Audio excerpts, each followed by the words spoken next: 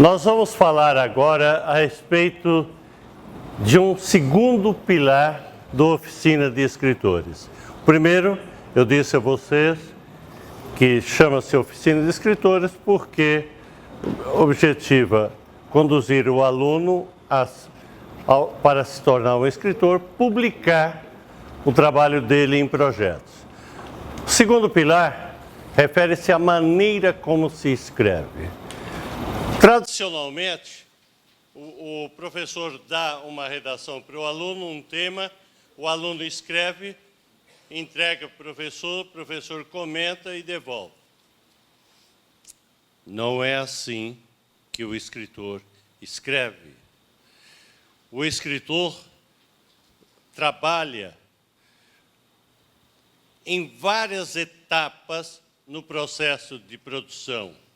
O escritor organiza o texto, redige, revisa, relê criticamente o texto, reescreve com coerência, coesão, clareza, correção, edita e publica. Logo, o aluno terá que escrever o texto percorrendo esse caminho. Então, esta é uma competência que nós vamos ter que desenvolver. E o escritor, no processo de produção do seu texto, ele trabalha com as seguintes etapas. Ele faz a preparação do texto, escreve o texto, revisa esse texto, reescreve, edita e publica. E a minha proposta é que o aluno escreva cada texto seguindo essas várias etapas. Ele vai escrever como efetivamente escreve um escritor. Tudo bem?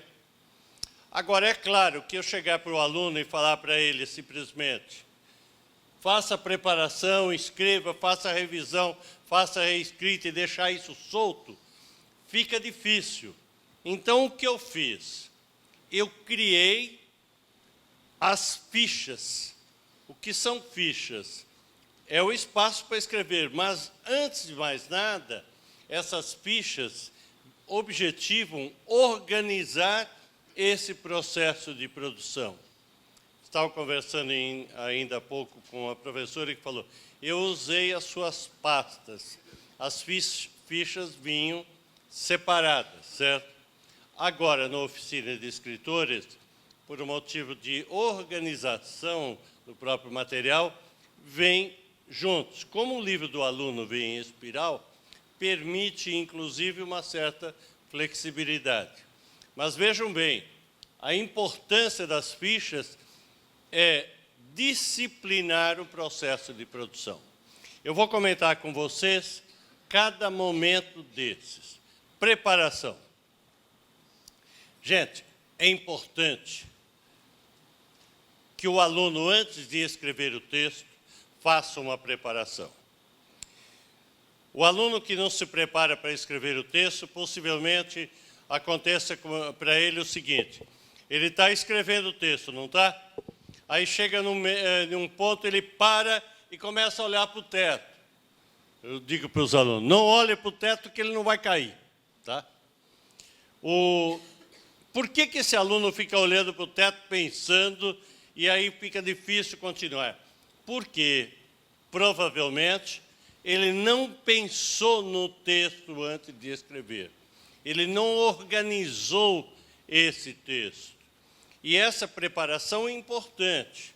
Vocês sabem que o ato de escrever é um ato individual e solitário.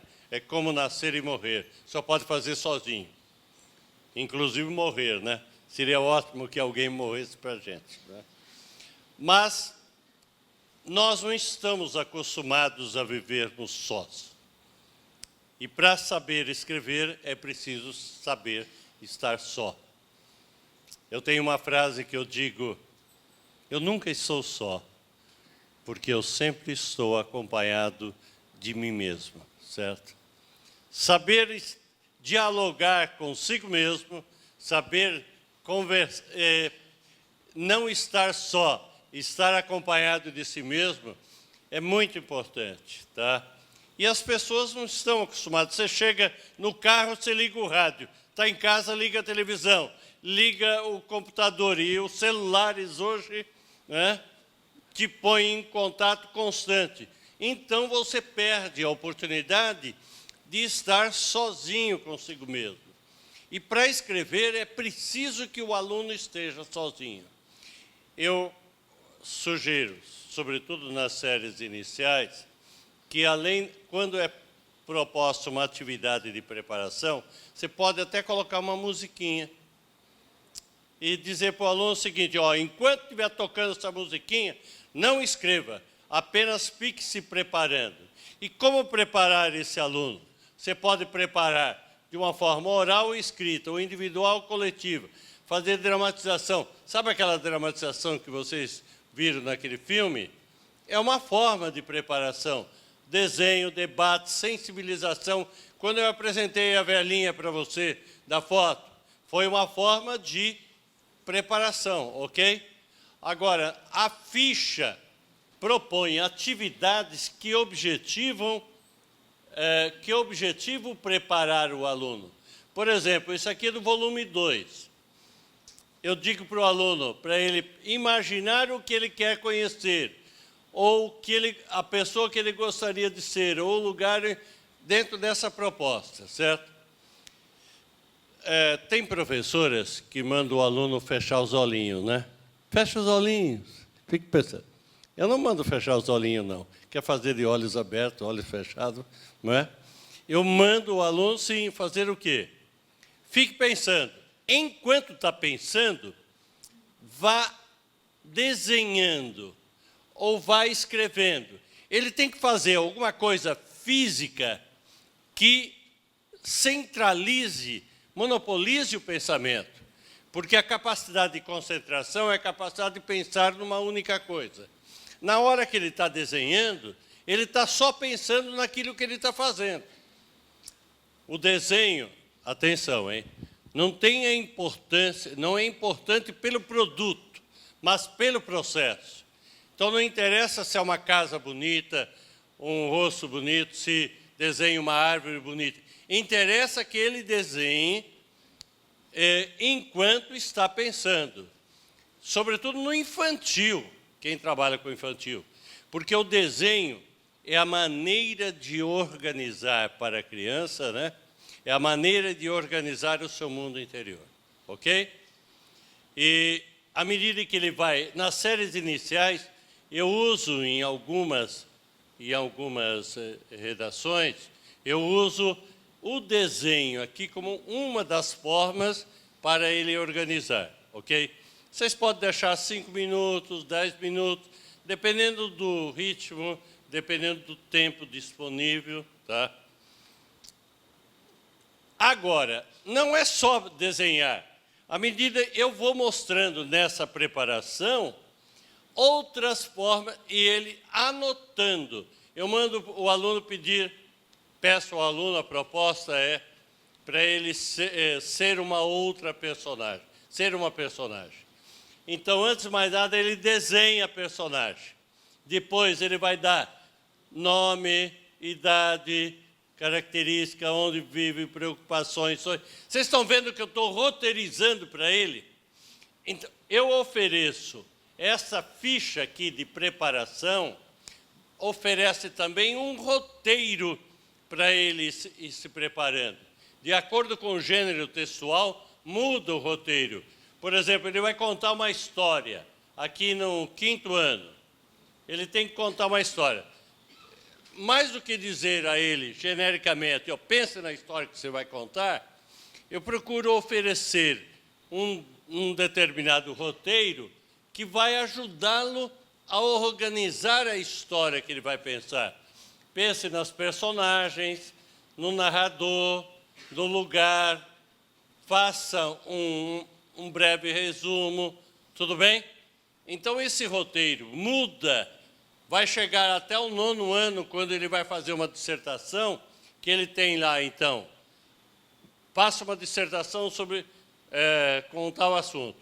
Ele, antes de começar a escrever, ele vai ter que definir assunto, Ponto de vista objetivo do texto, definir a tese, elementos de comprovação da tese.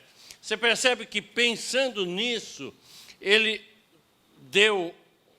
organizou o texto internamente. Então, o objetivo dessa primeira etapa é oferecer ao aluno suporte para ele poder pensar e organizar o texto antes de escrever. O texto está saindo da cabeça dele, pronto para ser escrito. Aí ele passa para a segunda etapa, que é a escrita do texto, certo? E aqui, gente, eu peço que ele escreva a lápis e proíbo o uso de borracha. Por quê? Ao escrever a lápis sem borracha, ele errou, ele não fica apagando, então ele não perde tempo, adquire um ritmo maior.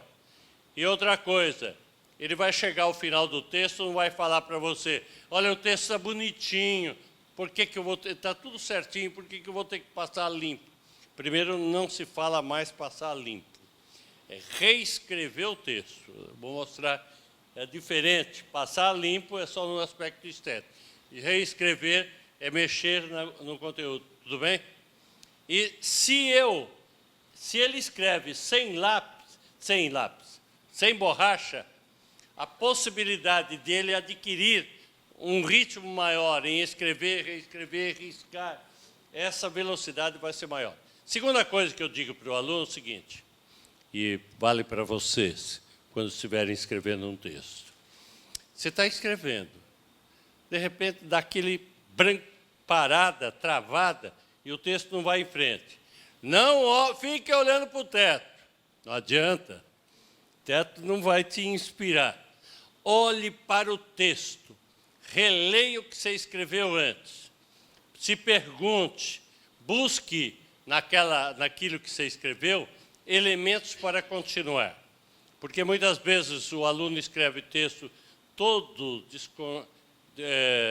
sem organização, porque ele pensa e escreve, pensa e escreve, pensa e escreve, e isso vai saindo um texto coxa de retalhos, certo? E o pensar em cima do que escreveu ajuda a sequenciar o texto, ok? E eu sempre dou uma dou uma dica para ele. Por exemplo, aqui no 5º ano, eles estão escrevendo histórias que vão formar um livro, histórias de terror, né? Olha a dica que eu dou aqui para ele. Para criar um clima de suspense, não revele tudo para o leitor no começo da história. Deixe que ele vá descobrindo aos poucos. Faça-o imaginar. É claro que eu não posso falar para esses alunos dessa idade o que eu falo para os meus alunos adultos, não é? Eu sempre dizia para os alunos adultos o seguinte, quando vocês forem escrever, vocês têm que se comportar como uma mulher. Vocês têm que aprender com a mulher. Vocês já viram como age a mulher? A mulher é aquela que não mostra tudo, ela só insinua, certo? E deixa que a imaginação percorra o restante. Eu até brincava com meus alunos e falava, vocês não podem ser pornográficos. Chega com a mulher que tira a roupa de uma vez. Não, é aquela deixa que o leitor tire a roupa. Não vá jogando na primeira fala, já tudo, entregando tudo para o leitor. Não, vá aos poucos, jogando, ensinando. O terror funciona desse tipo. Se para você escrever uma história de terror, de suspense, você tem que ir insinuando, certo? Então, vocês encontram aí, não vou dar o meu exemplo, né? Dão outros exemplos assim, que passam pela censura aí. Você tem que não revele tudo para o leitor, certo? E leiam essas dicas aqui, leiam o manual do professor, que tem sempre um suporte. A gente tem que estar ao lado do aluno, não fazendo por ele, mas dando um suporte, ele vai se sentir mais seguro, ok? Gente, ele fez o rascunho, e aí acabou o texto. Não. Agora vai começar a etapa mais difícil. Tem que fazer o quê? A revisão desse texto. E não adianta você chegar para o seu aluno e falar assim, ó, melhore o texto. Ou releia o texto antes de reescrever. Veja o que não está bom e ajude. Você tem que... Ele não sabe fazer. É claro, ele não sabe fazer porque ninguém ensinou. Nós temos que orientá-lo. Eu encontrei na oficina, eu acho que um caminho que é muito, ou pretendo que seja bem facilitador. Vocês querem ver? Alguém me segura aqui o microfone? Por exemplo,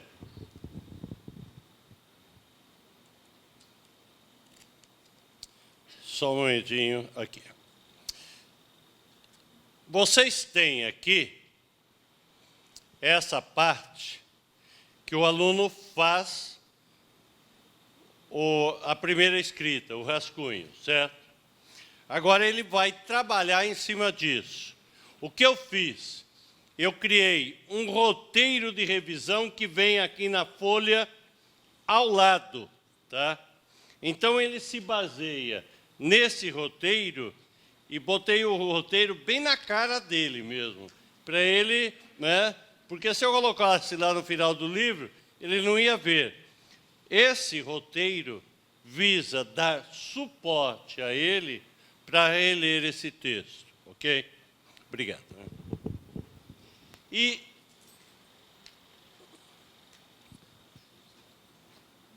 vejo que esse roteiro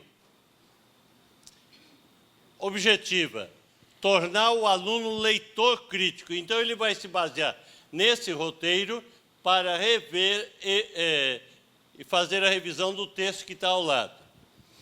Esse roteiro muda de acordo com o ano do aluno, de acordo com o ritmo dele, e eu vou apresentando aspectos que ele tem que olhar no texto dele, tá?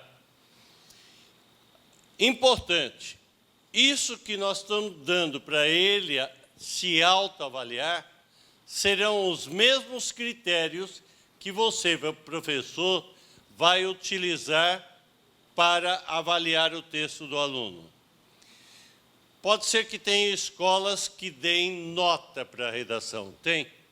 Existe escola que dá nota? Tem. Então, é simples.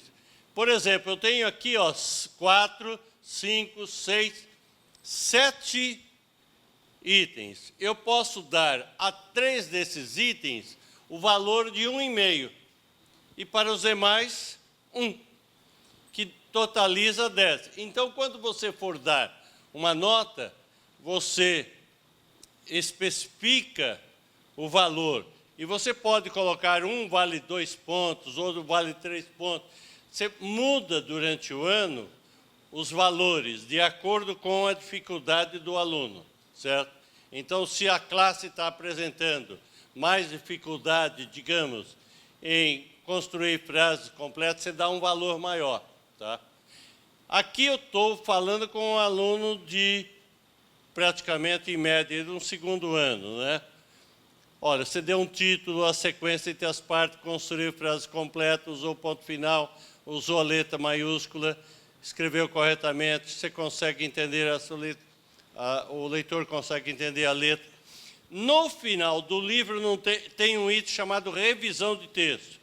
Aquela revisão de texto visa explicitar esses itens, tá? E aqui você tem a avaliação do autor e a avaliação do leitor. Leitor que é o colega dele ou o professor, tá? Agora, esse roteiro vai mudando. Por exemplo, isso daqui já está no 3º ano. Você está vendo como está mudando o texto?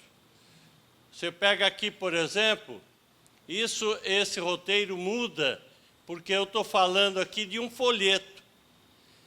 Então, os critérios, eles mudam de acordo também com o gênero textual, de acordo com o ano e de acordo com o gênero textual, ok? E aqui o 5º ano, eu já aprofundo mais.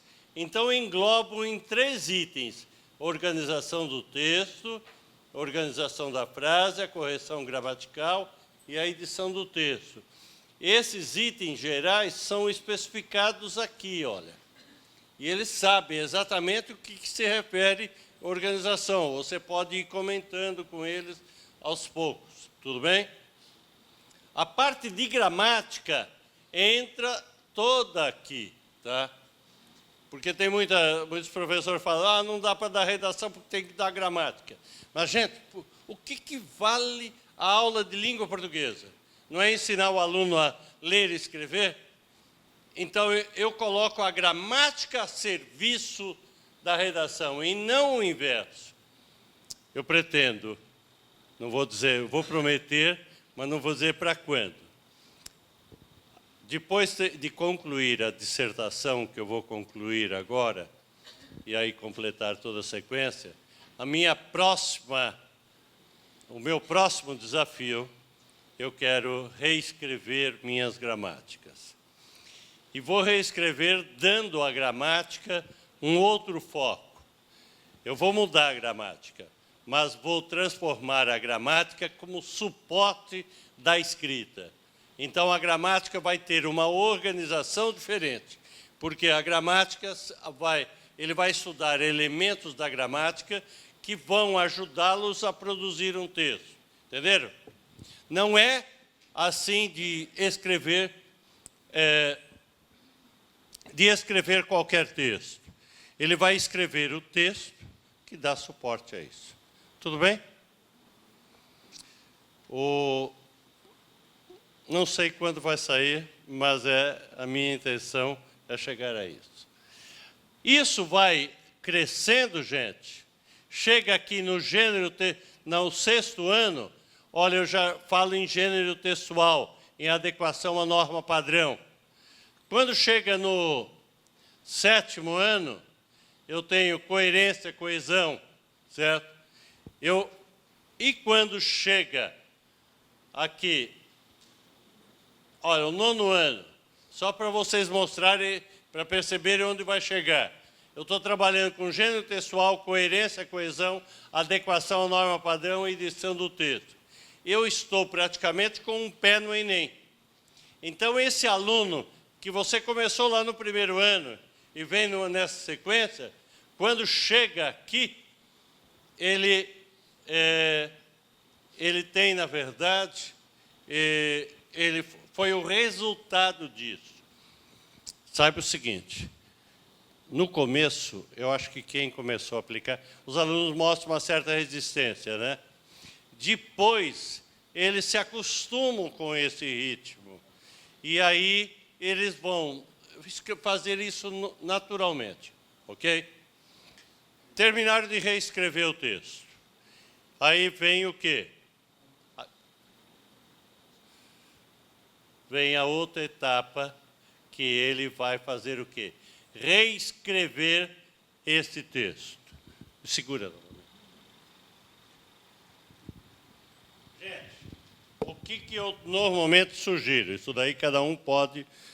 Esse livro vem em espiral para o aluno, não vem?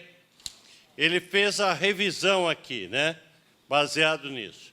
Agora eu sugiro, ele pode destacar essa folha, tá? Para facilitar a ele, para reescrever o texto aqui e dar o texto definitivo. É esse texto que você, professor, vai ler. Você não tem que ler rascunho. Aliás, professor não corrige rascunho. Professor orienta o aluno a corrigir rascunho. Eu me lembro uma vez, eu fui numa escola, eles estavam reclamando que dava muito trabalho ficar aí trabalhando com o meu material. Eu falei, por quê? Não, a gente tem que ficar corrigindo o rascunho, depois tem que corrigir o texto. Falei, me desculpe, mas vocês estão fazendo um trabalho que não é sua função. Não é sua função como professor corrigir rascunho do aluno. É sua função orientar o aluno a corrigir rascunho. Porque o aluno só aprende quando descobre. Aí você vai falar, mas vem aquelas mães chatas que falam assim, ah, professor não corrigiu isso, etc. Vocês têm que chamar as mães, ou a orientadora, ou a escola, e explicar que professor não foi feito para corrigir. Professor foi feito para orientar. E o aluno só aprende quando descobre. E se você fizer por ele, ele nunca vai ser sempre você fazendo por ele. Tudo bem? E isso o colega também vai ler por aqui, tá? Aí você fez as anotações, entregou para o aluno. Acabou? Não. Agora, ele vai no site, www.editoribep.com.br/oficina de escritores, e lá ele vai entrar na série correspondente dele e vai ter esta ficha que ele trabalhou. Aquela ficha vão ter os projetos, ele clica no projeto, entram as fichas, ele clica na ficha e aí ele vai escrever o nome da escola, vai escrever o nome dele, vai dar o título do texto, escreve o texto final com base, inclusive, nas suas orientações. E esse texto, depois que ele escreveu, aí ele pode imprimir, ele pode mandar por e-mail para você, ou mandar para o colega, ou formar um blog, certo? Aliás, vocês têm que dar uma visitadinha mais nessa oficina. Lá, vocês sabem que tem também? Tem um livro pré-diagramado que ele imprime. E aí ele tem as páginas pré-diagramadas, ele vai aprender a fazer a capa, a dedicatória, o sumário, tá? Tudo isso está preparado. E tem mais, e tem um jornal. Tem um jornal que tem a parte 1, que é a teoria, e tem um outro que vem pré-diagramado as páginas dos jornais. Ele imprime e aí ele só escreve a notícia, dá o título do jornal, e está tudo explicadinho na parte teórica. E tem mais. Tem o joguinho. Esses joguinhos, aqui, por exemplo, o jogo da cantiga, quando ele monta a cantiga, entra um coral cantando, certo? Ou, se não, no infantil, ele lê a letra, aparece a voz lendo a letra, coisa desse tipo, certo? Tem todos os jogos, estão lá. E do 6º ao 9º ano, tem tudo isso e mais uma coisa, dicionário de ideias afins. Depois, esse dicionário que tem, é isso, olha.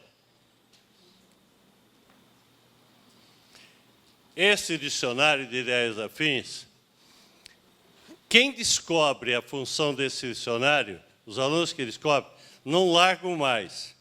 Eu até, há um ano mais ou menos, eu encontrei um motorista, eu estava indo de Guarulhos, o aeroporto, até o centro de São Paulo. E conversando com o motorista, é um motorista muito falador, etc., mas aquele que foi estudar depois de adulto, né? E ele falando que já prestou serviço para vários escritores, que isso foi fulano e fulano, etc., né? E a gente comentando, falando sobre livros, né? Chegou uma hora, ele me perguntou o que eu fazia. Eu disse que eu era professor e escritor. Ele quis saber o meu nome, eu falei. Ele falou, eu tenho um livro do senhor. Eu falei, como? Mas o meu só tem escrito mais livros didáticos, né? Não, eu tenho um dicionário de ideias afins. Sabe que aquele dicionário me ajudou muito. Eu já escrevi cada carta para a mulher, ganhei tantas mulheres com aquele dicionário, porque eu ia lá e encontrava a palavra certa. Por exemplo, se você está escrevendo, segura aqui, por favor. eu vou mostrar para você uma coisa que ele me falou. Você está escrevendo, por exemplo, deixa eu encontrar a palavra... Está querendo dizer que... eu vou aproveitar o motorista de táxi aí. Ele queria dizer que uma mulher era bonita. Então, dizer que... Você sabe o que dizer? Que uma mulher é bonita e não dizer nada é a mesma coisa, né? Então, é melhor não dizer. Diga que ela é... O que a faz bonita? Então, ele vai no dicionário... Bonito. Ele encontra 108. Tem o número 108. Ele vem aqui no 108, tá? E encontra beleza. Depois eu mostro para vocês, eu tenho isso daqui. Beleza. E aqui ele vai encontrar todos os substantivos, ou palavras que significam ou sugerem a beleza. Por exemplo, tem substantivo encanto, graça, esplendor, delicadeza, fada, lírios, elegância, requinte. Então ele pode dizer, era uma mulher que era um encanto, que era um requinte, né? Mas ele pode encontrar também verbos, encantar, deslumbrante, chamar a atenção, perder o coração, etc. Ele pode encontrar adjetivos. Tem muito adjetivo aqui. Vou ler alguns. Por exemplo, ele pode belo, galante, sedutor, delicado, escultural, perfeito, catito, brilhante, espetacular, lindo, formoso. Então, seria, ao invés de dizer que era uma mulher bonita, era uma mulher que tinha os olhos sedutores, um corpo formoso, tinha um olhar simpático e envolvente, certo? Vocês estão vendo que a mulher já se tornou, já está se fazendo bonita. E essas palavras aqui vão motivando a encontrar a palavra correta. Mas isso ele vai tendo aqui nesse dicionário de ideias afins. Agora, obrigado. Esse dicionário de ideias afins está no site, aí Oficina de Escritores, e que os alunos podem acessar como suporte. Então, veja bem, a coleção Oficina de Escritores não visa apenas dar uma atividade de redação, mas a gente procura, na medida do possível, dar todo o suporte para o aluno produzir o texto, certo? E vocês têm que ser aqueles que vão dando esse suporte e conduzindo o aluno até esse suporte, ok? Gente, ficou claro essa sequência? No começo, seus alunos vão sentir uma certa... Mas depois que eles pegarem o ritmo... Agora, se você tem o ideal para se trabalhar com oficina, o ideal seriam 2 horas semanais de produção de texto, certo? Se vocês tiverem isso, dá para se fazer um trabalho mais tranquilo. Se vocês tiverem, tem escolas que programam só uma aula, dá para se trabalhar, só que vocês vão ter que tomar algumas coisas. Por exemplo, sabe aquele texto de abertura que tem para o aluno ler? Pedir para ele ler em casa. E você, em classe, já entra comentando, fazendo a proposta, no sentido de agilizar. Ou, às vezes, você pede, você faz até a escrita do texto. A revisão ele faz em casa, certo? A reescrita. Você vai ter que ter, algumas vezes, orientá-lo. Mas, depois que ele pegou o mecanismo, ele pode fazer isso. A reescrita do texto, depois a parte final. Então, vocês têm que dar uma certa flexibilização nesse sentido. Não vai dar para fazer tudo em sala de aula. Agora, vocês não podem ler, apresentar o texto, apresentar a proposta, analisar o texto, apresentar a proposta, e ele faz a preparação. Acaba a aula. Não, aí não dá. É mais ou menos como ir namorar e se preparar e depois fala. A gente faz continua na etapa seguinte. Não dá. Tem que fazer, tem uma sequência. Preparação tem que, pelo menos, fazer o rascunho do texto aí, certo? A primeira escrita. Entenderam? Estou falando de redação, né, gente? Certo? Gente, então eu acho que esse jogo de cintura, o melhor mesmo, é vocês brigarem com a escola para botar 2 aulas de redação. É aquilo que a redação merece, tá? Gente, agora eu quero conversar de vocês um assunto muito importante. Correção de redações. Como se corrige uma redação? Ou qual o problema? Eu sei que corrigir redação dá trabalho, não dá? Eu não vou dizer que acontece isso, mas eu sei, vou contar uma fofoca. Eu sei de outros lugares do Brasil. Você veja o que acontece. Tem professor que nem gosta de dar redação para não ter que ficar corrigindo, certo? Eu sei que não acontece aqui, né? Mas só acontece lá longe, certo? Gente, não é fácil corrigir. Só que eu vou dar a vocês um outro caminho que talvez torne menos penoso esse trabalho e vocês têm que aprender a dividir isso. Primeiro, o grande problema da correção de redações é porque ela tem, para você, professor, para o aluno, para o pai, para a escola, tem o objetivo de avaliar. Então, como que todo mundo vê o trabalho de você ao ler e intervir no texto do aluno? Um avaliador do texto.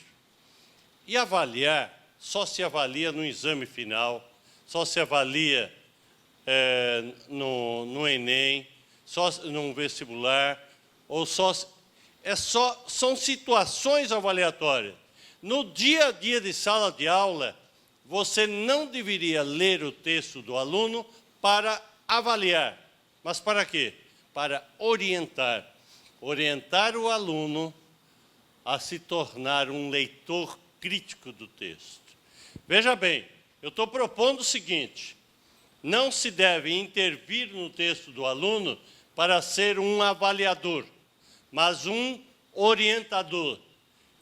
Vocês vão ver que vai mudar muita coisa. Ao ser um orientador, eu vou, com que objetivo? Fazê-lo leitor crítico. E, para isso, eu vou dar suporte para ele reler, reescrever o texto. Ok? Agora, vejam bem, se eu mudo o objetivo, eu tenho que mudar as estratégias. Se o meu objetivo não é avaliar um texto, mas é orientar o aluno, eu vou sugerir 4 estratégias de correção. Vamos lá. Correção em dupla é aquela que um aluno corrige do outro. Você sabe que o aluno é excelente crítico em relação ao texto do outro. Ele vê tudo no outro. Aliás, nós também, né? A gente vê tudo no outro, né? A gente não consegue se olhar no espelho, né? E se olha, a gente olha de forma diferente. Agora, se o aluno sabe que o colega vai corrigir o texto dele, o que ele faz antes de entregar o texto para o colega? Ele revê. Ele não melhora o texto. O que você conseguiu com essa estratégia? Exigir dele o máximo do esforço. Ele usou todos os recursos que ele sabe para melhorar o texto, certo?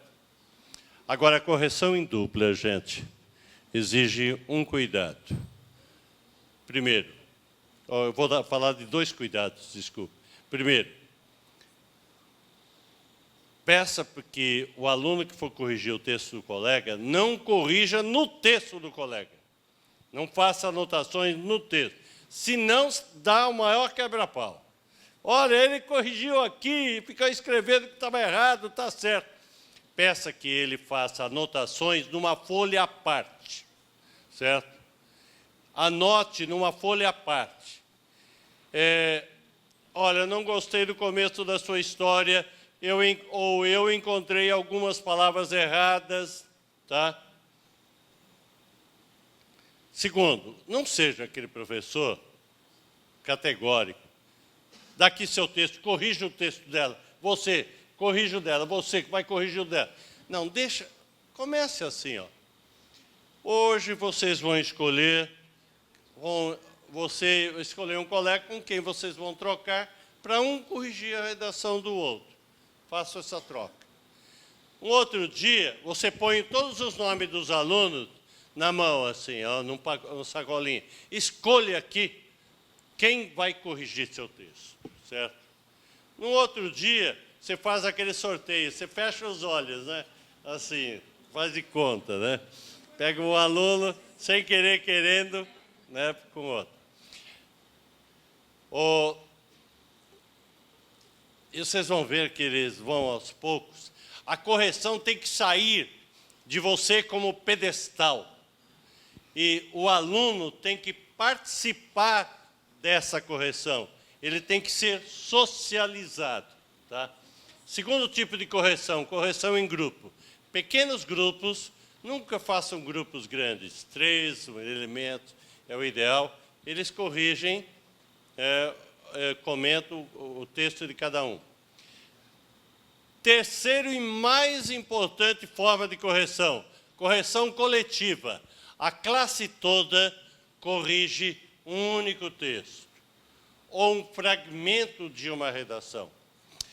Você sabe que eu acho que uma correção coletiva bem feita, ela substitui, muitas vezes, noites de correção que você tem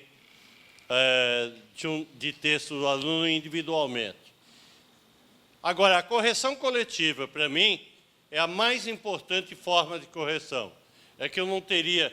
Eu fiz agora, em 3 capitais do Nordeste, Recife, Aracaju e Salvador, eu dei um curso somente sobre reescrita de textos.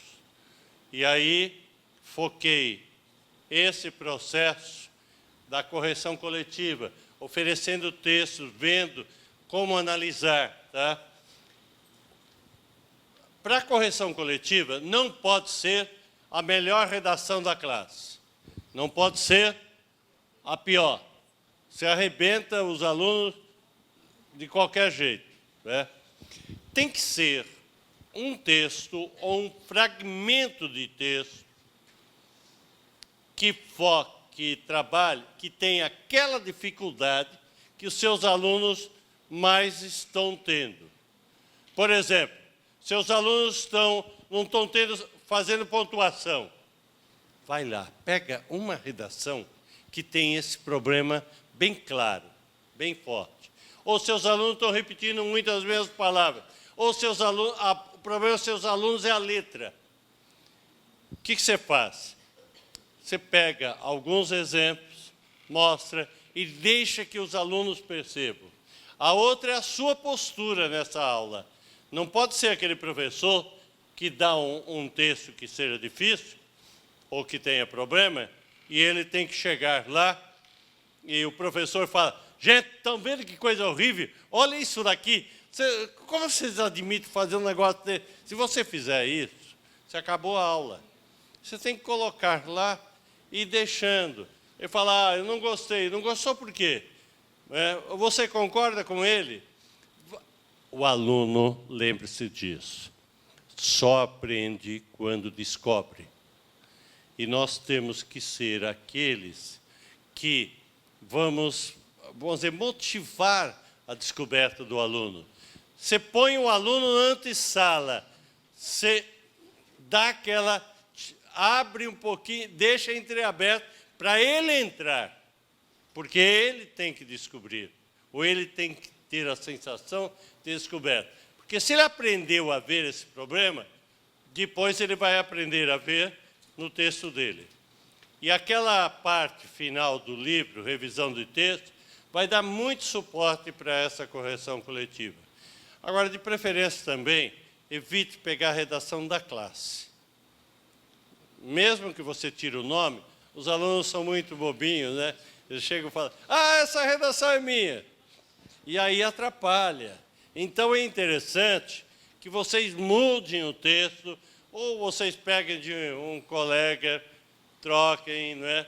E digam para o aluno, se você trabalha no 4º ano, fala, olha, tem uma amiga que trabalha com um aluno, dá aula para 3º ano. E ela me mostrou uma redação. Vocês querem ver como que esse aluno está escrevendo? Então, vamos imaginar que vocês são professor ou professora desse aluno. O que vocês diriam para ele?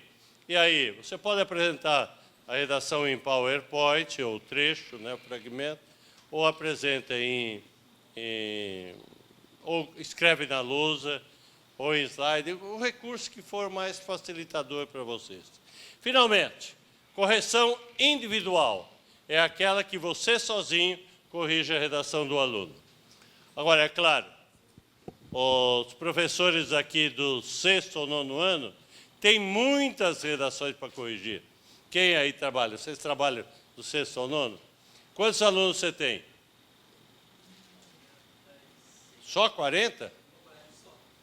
Uma. Não, um conjunto. Quantos alunos você tem? Quem aí trabalha? 120?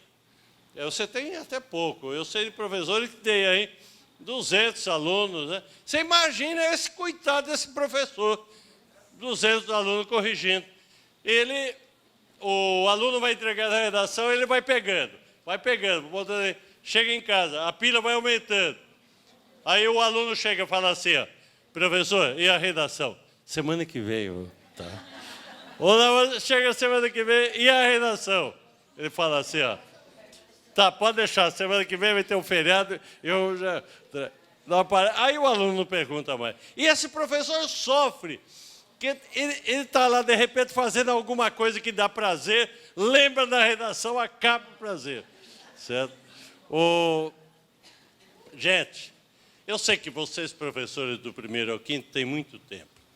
Então, dá para corrigir individualmente todo. Agora, o que eu vou sugerir a vocês é o seguinte. Eu acho que é uma programação que vocês vão fazendo de acordo com o nível dos alunos. É claro que as séries iniciais vai exigir que você faça mais leituras individuais. Mas eu diria, não é necessário, a meu ver, que todo texto produzido pelo aluno seja corrigido pelo professor. Eu diria que todo texto feito pelo aluno passe por um leitor, que o colega leia também o texto dele.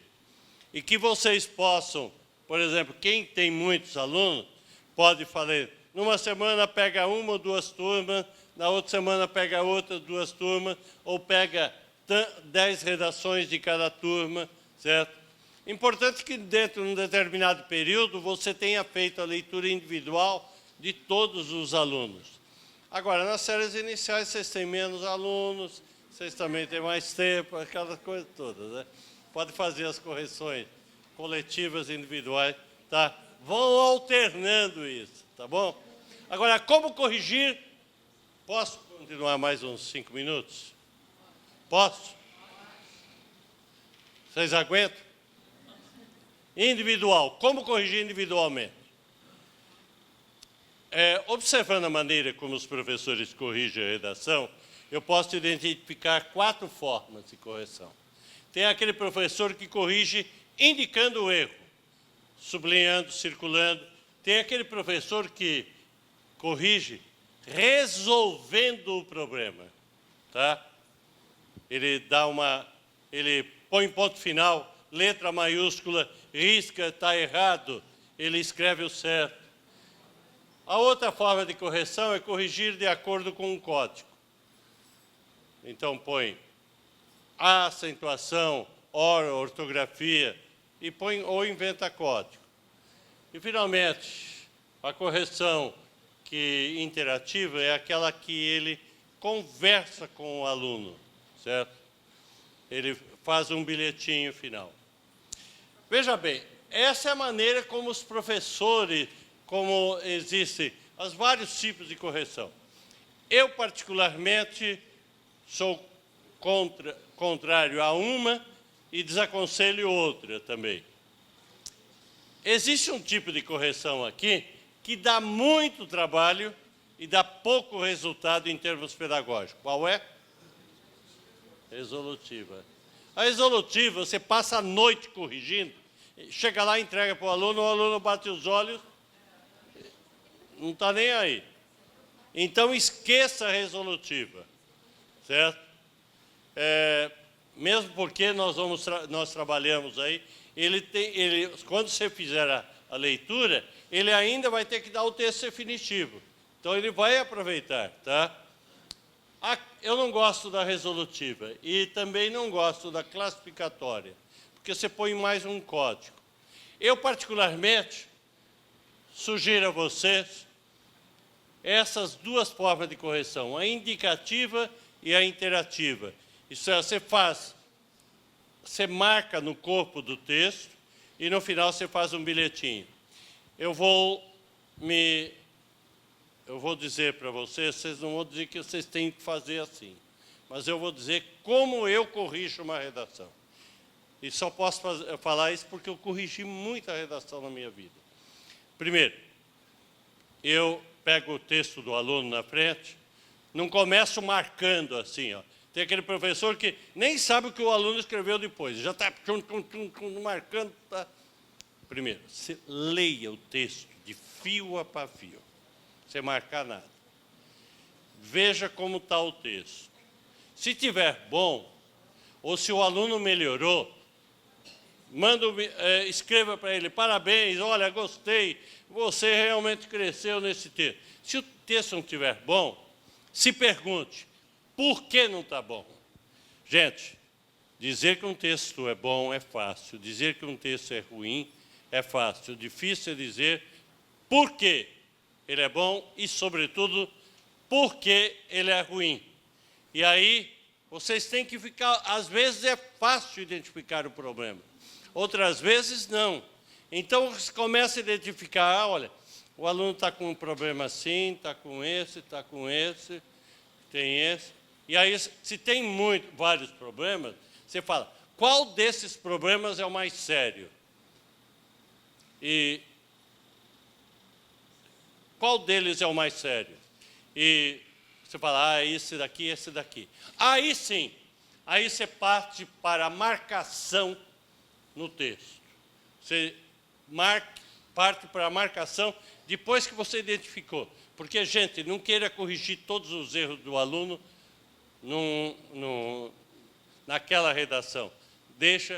Vai dando prioridade aos erros mais difíceis. Tudo bem? E aí então, você indica no corpo do texto o problema. E no final você faz um bilhetinho. O bilhetinho deve ter duas partes, porque não vai começar aquele bilhetinho de sair dando cacetada. Joãozinho, seu texto está horrível, olha... Não, faça o seguinte. Joãozinho, primeira parte, elogio. Joãozinho, gostei do começo da sua história. Ô, Joãozinho, você caprichou nesse texto. Vocês têm que sempre elogiar uma primeira parte. Elogie o texto, se não der, elogie os olhos do Joãozinho, ou elogie os olhos do pai do João. Bom, aí dá complicação, certo? Mas faça um elogio. Terminou o elogio, mas... E aí você diz o que ele tem que melhorar. Agora, o que você vai escrever depois desse mas? Desaconselho a escrever fórmulas genéricas, do tipo, melhore o texto, do tipo, seja mais criativo. Dizer isso, não dizer nada. Você tem que identificar o que ele tem que melhorar e dizer. Na página 16, 17, eu acho que é por aí, do manual do livro, vocês vão encontrar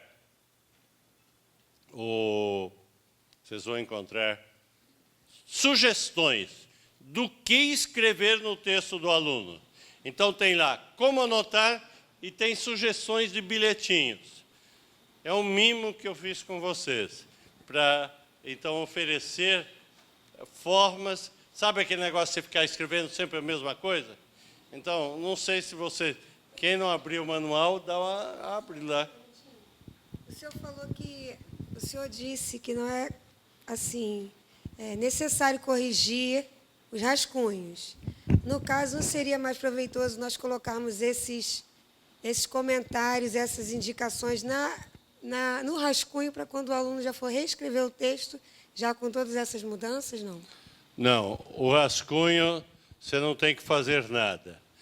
Você vai falar, orientar. Agora, você vai usar outras estratégias. A correção em dupla, aquela aula coletiva, ela vai dando suporte a ele para, depois, nas próximas vezes, saber olhar para o rascunho dele e ver o que ele tem que ver. Uma coisa que vocês podem fazer é, o aluno fez o rascunho, aí vocês pedem para ele sentarem em dupla. E então os dois olham um texto de cada um. Um ajuda a observar, entendeu?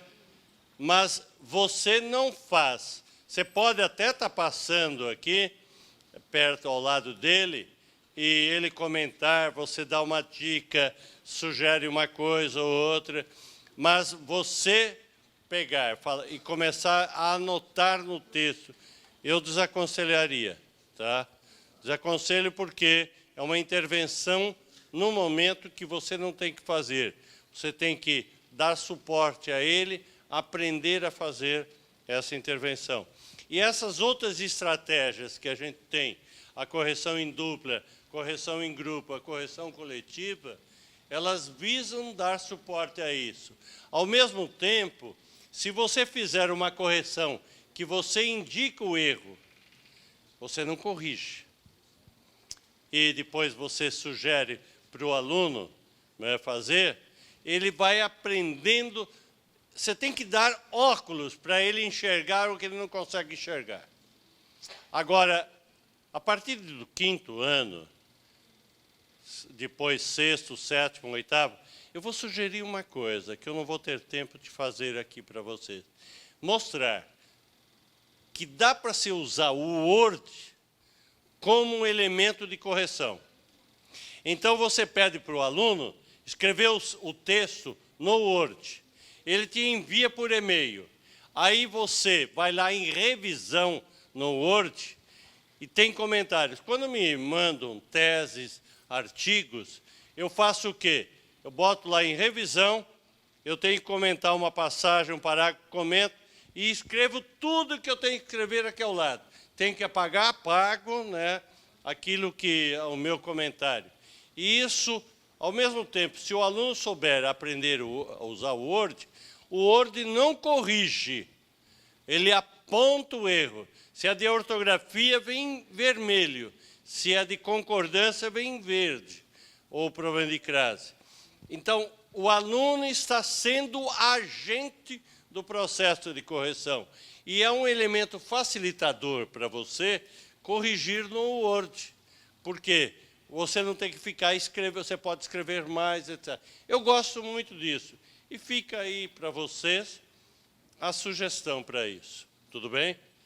E nós temos que, aos poucos, entrar nessa tecnologia, mostrar, acessar a isso, tá? E esse aluno usando o Word, ele tem já opções também. São opções, não precisa ser todo o texto, mas um texto ou outro vocês podem ir fazendo a partir de uma idade que vocês julguem que o aluno esteja preparado. Gente, tá ok? Ficou claro isso? Bom, eu queria falar, aí eu vou dar só uma dica para vocês, eu não vou ter tempo aqui para falar, senão vou me estender muito, a respeito dos joguinhos.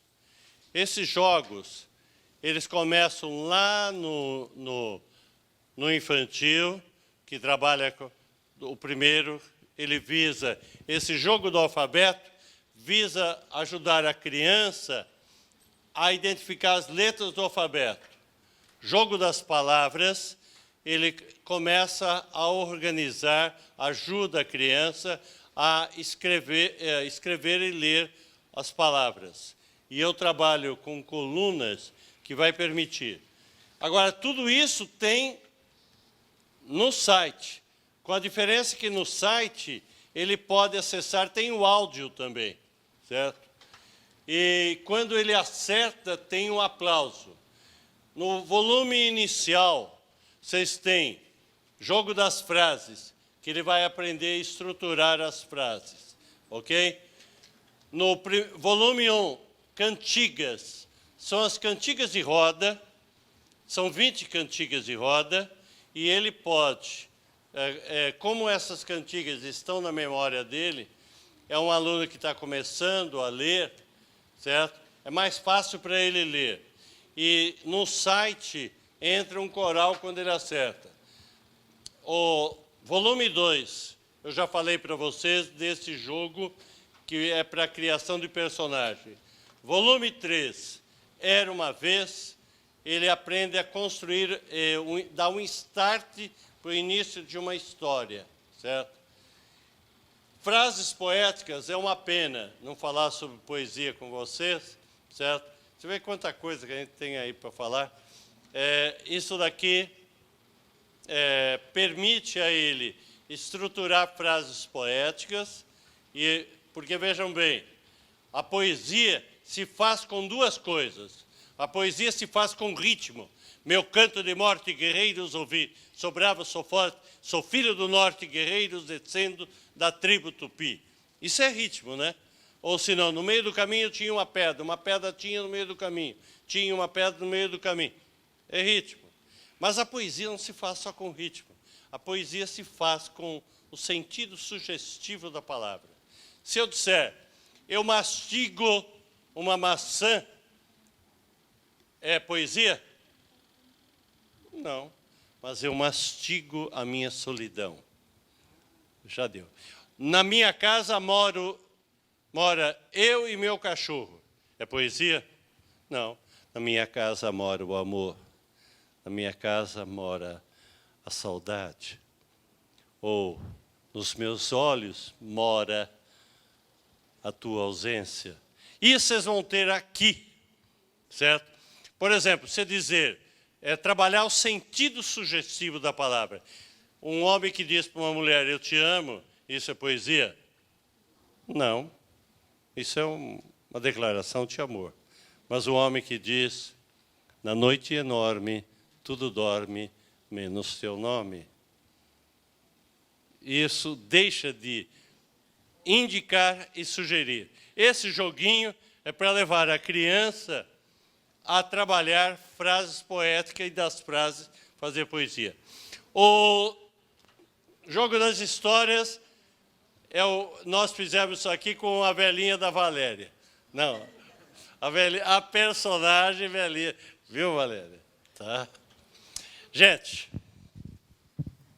desculpa da brincadeira, só a velhinha da Valéria. Todo mundo entendeu aqui. Gente, eu estou terminando e antes eu deixo aqui o meu contato e eu vou pedir, assim, está o grupo todo lá, mas eu vou pedir aqui, eu quero uma salva de palmas para o pessoal da editora IBEP que nos proporcionou esse momento aqui hoje. A Ellen, tá? Todo o pessoal que está lá atrás, tá bom? Eu sei que tem surpresa para vocês ainda, tem sorteios aqui. E eu gostaria de dizer para vocês, para finalizar, algumas coisas.